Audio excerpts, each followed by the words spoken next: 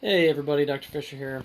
This morning I have a topic that's near and dear to my heart, and that is anxiety. So, I am actually transitioning the focus of my practice to help people with anxiety, trauma, and if they want to be well. And anxiety is a really important piece in understanding like how you interact with it.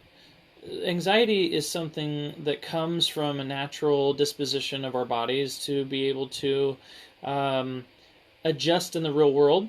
Anxiety is going to come from appropriate anxiety, for example, is going to come from, let's say you're driving a car and you see the edge of a cliff, right? The anxiety that comes from and/or the fear that comes from that particular event allows you to not drive over the cliff. Therefore, you get to live another day.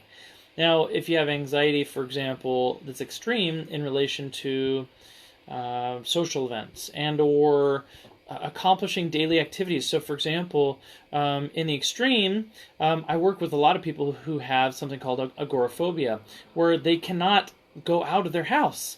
And that's a pretty intense anxiety. Now, is it appropriate, right? Every situation is a little bit different.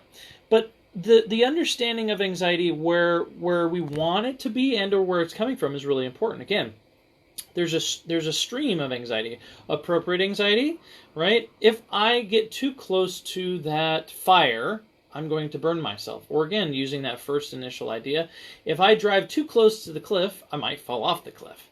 Anxiety is there, again, to protect you. What we want to do is we want to be able to understand where that anxiety is coming from. That's a really, really important piece. So if you are in a situation like that, being able to have an awareness level to the point where you can actually understand where the anxieties are coming from is the way in which you can work through that. Now, there's lots of different ways I teach people to process through anxiety. So, for example, tapping, one of my favorites, talk therapy. I also do a whole bunch of different other emotional processing components that I teach people, and that's something we can throw up.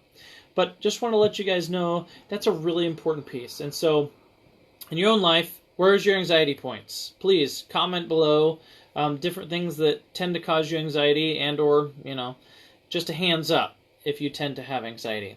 Anyways, thank you for watching. This is Dr. Fisher. We'll come back at you with some more. And or if you have questions about anxiety, please go ahead and put those in here. I'm going to try and be more consistent on Facebook. Thanks for showing up this morning. Talk to you soon.